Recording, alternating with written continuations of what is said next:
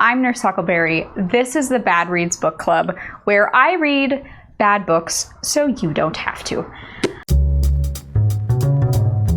Bad books, bad books. I've got so many bad books to read. I read these stories and I'm gonna tell you my thoughts about them because they're pretty fun. So Bad Boys to Go is a 3-story anthology.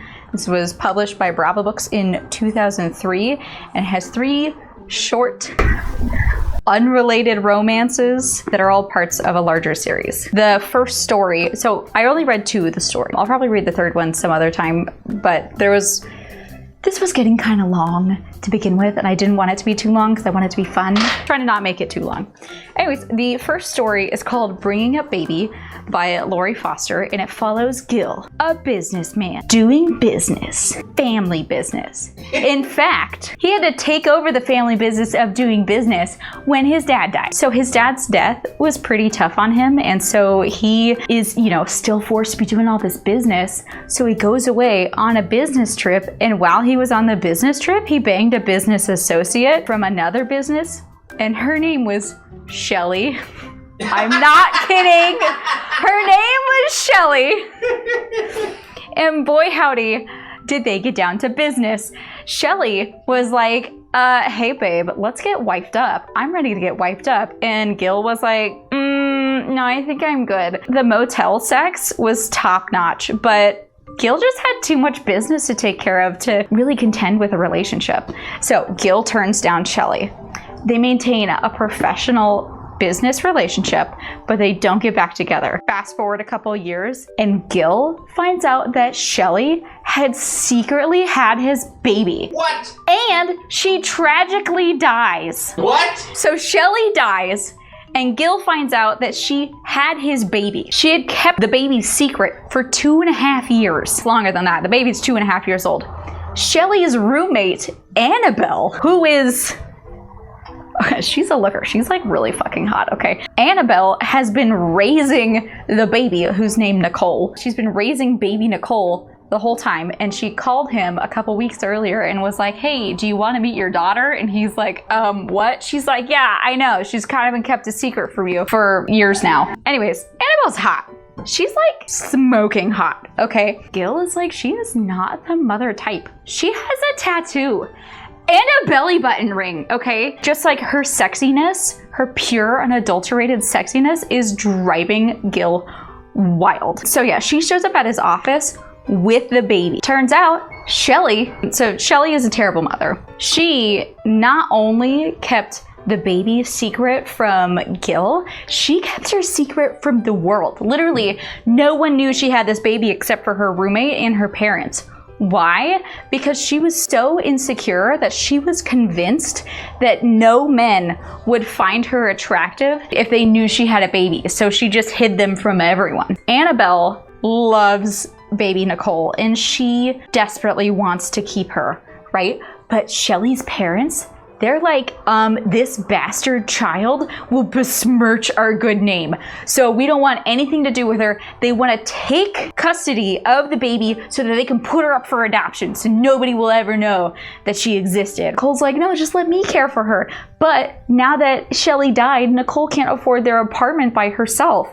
So she goes to Gil, the rich businessman and baby daddy, to see if he can help out. And she goes, you have one option if you want to be involved in your daughter's life. You gotta marry me. And he's like, what? I mean, you're hot, but... And she's like, oh no, I promise I'll sleep with you.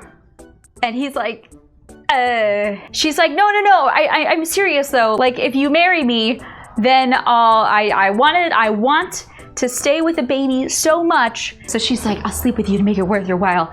And she's like, I can't afford it on my own. So I'm hoping that maybe you could help out. And he's like, I don't know about this. He's not really feeling it, but you know what? He's kind of willing to give it a go. So he's like, cool, let's go back to my place since you don't have a place to stay. And she's like, oh, we could do like a trial run of the sleeping together. And he's like, okay. They go back to his place and then Gil is suddenly just falling in love with this child, right? He is like, she is my heart and soul, and I love her so much. Everything about her, she's perfect, beautiful, gorgeous child. Could never imagine a day without her. And he's watching Annabelle take care of her, and he's like, oh my God, this woman is very clearly the only mother she's ever known. Yeah, can't break them up. There's a lot of very like sweet new dad and child interaction. Also, he's like terrified because he lives in this massive mansion bachelor pad situation where like everything is a sharp corner, you know? So like the book is kind of like him looking at the Annabelle chick and being like, damn, she's fine. And she's one damn good mother. And then looking at the baby being like, oh, the baby is so cute. And then there's a lot of the baby running around naked. So that's interesting. Anyways, baby goes to bed. And then the grown-ups go to bed. And after a full day of seeing how great of a mother she is, Gil's like, okay, maybe I'm down for that trial run now. And then of course, they have a bunch of sex, like really great sex, and a whole lot of it. And eventually it's determined that they are indeed the perfect pair for each other and baby Nicole. But what about the grandparents, you ask, right? Gil, being the big businessman who does business, called his lawyer and was like, hey, make sure and set up some trust so that this baby is in my will and there's no doubt it's mine and blah, blah, blah. And so the lawyer's doing that. And then the grandparents show up at his house because Annabelle would take him there. And they're like, did you want the baby? And he's like, yes, I would like to take care of it forever. And they're like, okay, great. That sounds easy. And then they just leave. Like, okay. Like there's no actual tension. They're like, oh, cool. You're going to take responsibility for the kid? And he's like, yes. It's my kid. I will take responsibility for it. They're like, cool, bro. Didn't really expect that. All right, that makes it easy. And they're just like, out, bye. Like, so the tension with that whole thing, there's no tension. So then, turns out, Annabelle is a web designer. Gil is still worried because she has this tattoo and she has a belly button ring. He's concerned that his daughter is going to pick up these things and want them when she's older. And he's like, I've only been with eloquent women, and she's not eloquent. She's like a little wild. Bart, you just knock that over. He decides, maybe I don't care. Maybe I'm fine if she's wild. So they end up getting together anyways. And then he's like, oh, I could maybe get Bert. What? Stop. He's like, oh, maybe I could get a babysitter every now and again. And she's like, you're trying to take away my role as a mother, and you hate me, clearly. And he's like, no, I love you. I want to marry you. And so then they get married. And that's it. That's the end. My main issue with the story is the lack of effort that's given to Gil's character, because literally we know nothing about him outside of the fact that he's a businessman and a bachelor. He has zero special interests, not even pertinent relationships close to his heart, no pets. He's literally just like a rich dude. And we don't even know why he's rich, because they never disclose what his work is from. He's just the CEO of a business. Literally the closest they get to describing his business is, he describes Shelley owned a chain of novelty stores and was one of his best buyers. So he sells something that she would sell in a novelty shop, which I'm assuming is Spencer's. So is he selling like dildos on hats or something? I also find it interesting how often the writing shifted back and forth to being like, I mean, these are a spicy book, okay? Spicy book. There's some graphic, explicit sex. There's a bunch of sex in there, right? And so it's going back and forth between him being like, oh, she was giving the baby a bath and got splashed with water, and now it's a wet t-shirt contest happening in my bedroom. And like, what? Right. So it's like a dichotomy between she's so hot, I want to just suck her tits, and then also she's the most caring, beautiful mother, I want to sit and read a book with her and the baby. And then also like, oh, she's got like wet t-shirt, hot tits, and then the baby is naked and cute baby butts. Like, I'm undecided because the story flowed well enough. Like, the writing was pretty decent. I don't know. It just made me a little uncomfortable with how quickly it shifted back and forth between, oh, adorable baby and sex. Like, a lot. For the most part, pretty reasonably well written. The thing that annoyed me the most was the thrown together conflict at the end of like her being like, oh, you want to get a babysitter and then that means you don't love me or want me to care for the child anymore. Because it's just weird and unnecessary, and it really gives you the feeling that like the writer had like a page limit that she needed to reach, and she was like, oh shoot, I need like another 10 pages. Because it was just unnecessary. Like, kind of similar as like the grandparents' involvement.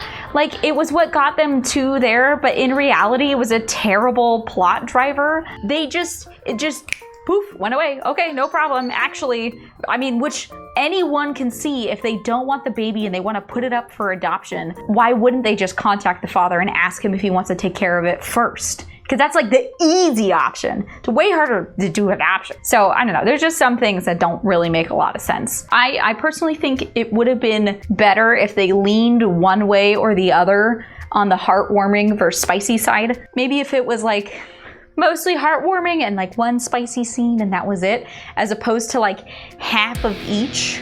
But yeah, it just felt forced and uncomfortable. And I would give it a 3 out of 5.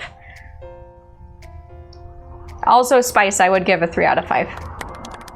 Swing. Story number 2, The Wild One by Janelle Dennison.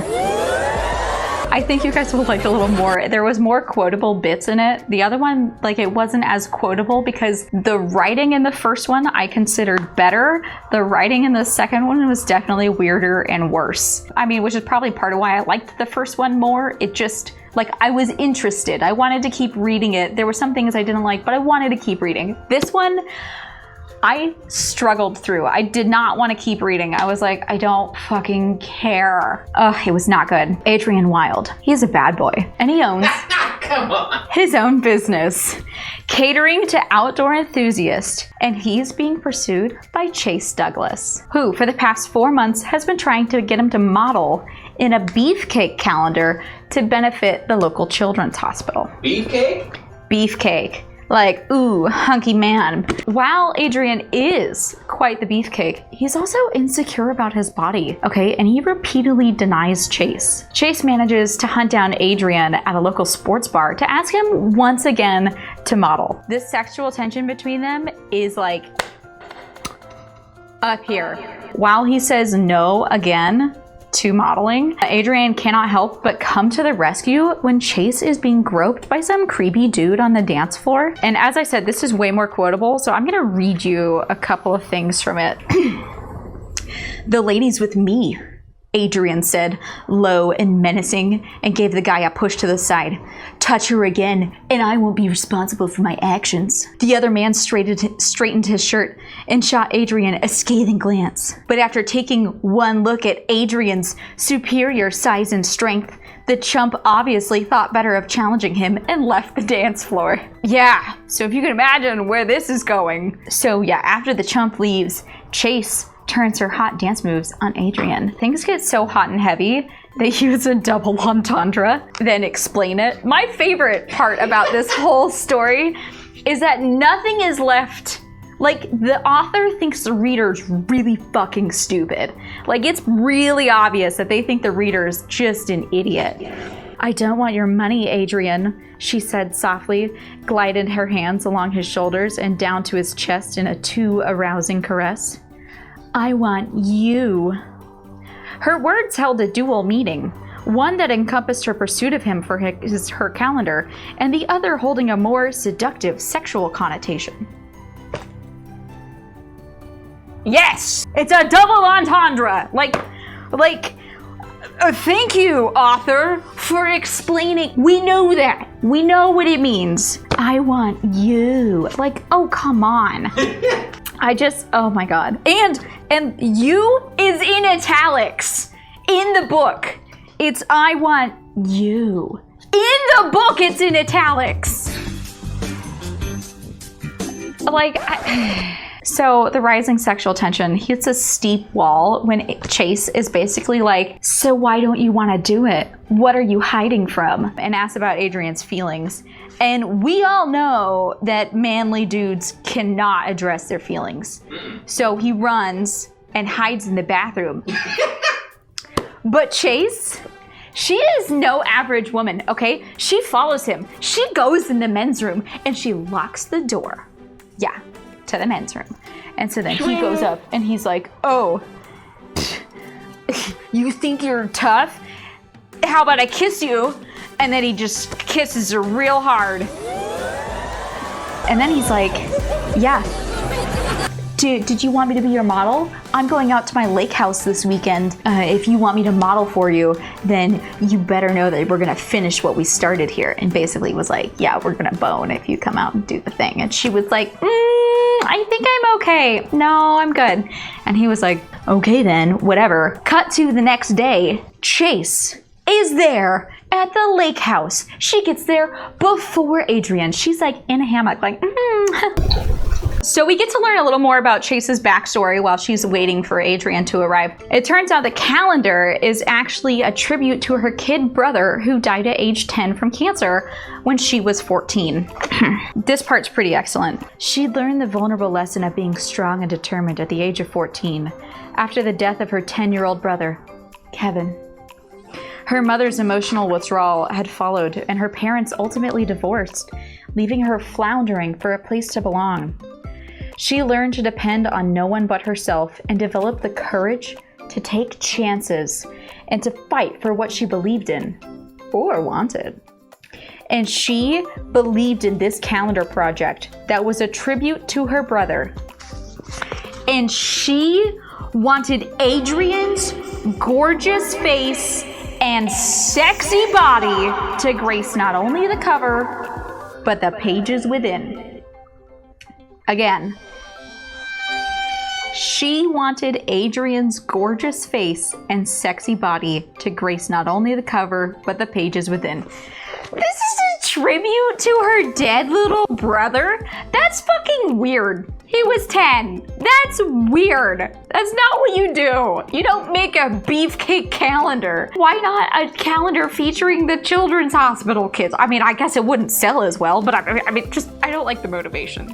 Eventually, Adrian shows up, and he's pissed that Chase is there. She keeps pushing his buttons, and then eventually, Adam reveals his insecurities. He takes his shirt off, and he's like, you wanna see why I don't want the pictures taken? And he takes his shirt off, and he's got these big scars on he's got 2 big scars on his chest, and one that goes and dips below the belt, right? And so she, of course, is like,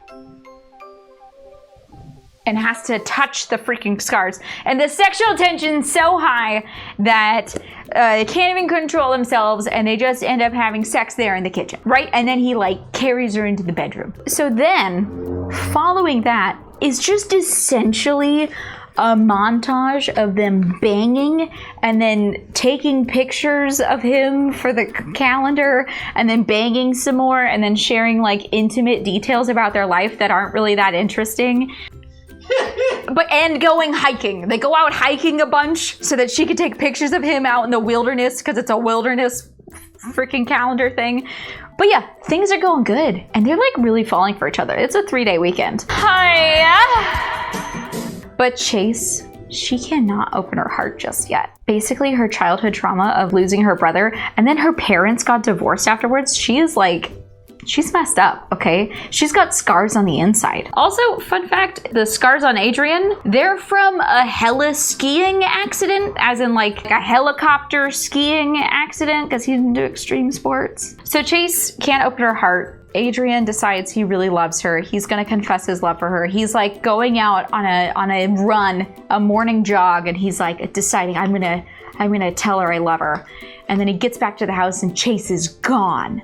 She's left because she's I'm not ready for this. Then he shows up at her house and he's like, what are you doing? And she's like, I'm so sorry, I just wasn't ready yet. And he's like, yeah, how about some sex? And she's like, okay. And so then they have more sex, and then while thrusting, he's like, I love you.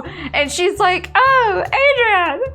Like, that part in particular is so bad. He's like, listen to my body, what's it saying? And she's like, I don't know. And then he says, it's telling you I'm falling in love with you, he said in a tight edge in his voice as he pulled back and surged in again. I'm not going to ignore what's between us, and I'm going to let you walk away. Or I'm not going to let you walk away. Out and back in again in a slow, languid stroke that made her melt around him. I need you in my life, and you sure as hell need me in yours. That's what his body was saying. No one talks like that! Super awkward. Super awkward. This story, completely different compared to the last one. You get like way more information on the character's backstory, but like the author sacrifices nuance for information. The characters just explicitly state their feelings all the time. They'll be like, I looked at her and decided I was in love. And I'm like, you can do that other ways. Like I know there's a limited page count, but you don't have to be constantly super explicit about it. Literally, these people are just constantly having massive realizations about their like love and trauma and past experiences constantly. It's like a 3-day weekend full of them being like, I see why I haven't been able to love anyone. Or, oh my God, I'm falling for her completely. There's nothing that could stop this love. You know, like it just constantly. Additionally, the characters talk like they're in a historical romance. It's supposed to be set in modern day Chicago, but you get things like Adrian says, literally is asking her to marry him. But taking a chance on me means being a part of my big crazy family. Think you can handle that? Oh, Adrian, I would love to be a part of your family. Do you think they can handle me snapping pictures of them when they least expect it? He chuckled. They'll get used to it. She sighed blissfully, a huge smile on her face. With each of us bearing our own scars, we're quite a pair, aren't we? We're a perfect pair. I know this has all happened so quickly, but I promise we'll work this relationship thing out. Take whatever time you need to adjust to having me in your life. I don't need any more time, Adrian. I chased you for 4 months. That's how long they've known each other. 4 months. I chased you for 4 months, and you've really given me the best weekend of my entire life. And I really do love you. Nothing is going to change that. I love you too, Chase Douglas. He kissed her lips softly. You know it's going to take a lot of years to tame my wild ways, but I do believe you're just the right woman for the job. How would you feel about marrying me and becoming Miss Wild One? Literally, she forced back the lump of emotion rising in her throat with a husky laughter and thought to herself in triumphant awe, he loves me. He really, really loves me. Yes, Adrian Wilde, I will marry you. That's the end of the story. That's the end of it. No one talks like this. No one talks like that. I mean, it's just not believable. And frankly, you don't want to root for either character. Neither of them is like particularly great. I give it a 2 out of 5. I did not like it. Even with, there's like a lot of sex in this book, or in that story. There's like almost too much where I'm like, okay, great. Wow, again. Oh, excellent. She had another freaking 12 orgasms. Wow. Another tally on the board. But yeah, the first story, better in my opinion. The characters don't have very much backstory, but there's like a lot more character development and like interesting reveals later on. Chase, in the second story, Chase and Adrian are both like super flat characters that have like very obvious personal setbacks. He's like, oh, my skiing accident, my last girlfriend left me because of it, because I don't want to give up extreme sports. And she's like, I have trauma from my brother dying and I've never wanted to love someone because of that. And they have to overcome those things together. Like, I don't know. That's the end. Thanks so much. Thanks so much for listening. I hope you guys liked it at least a little bit. Thanks so much, guys. Once again, appreciate it. I'm glad you got to listen.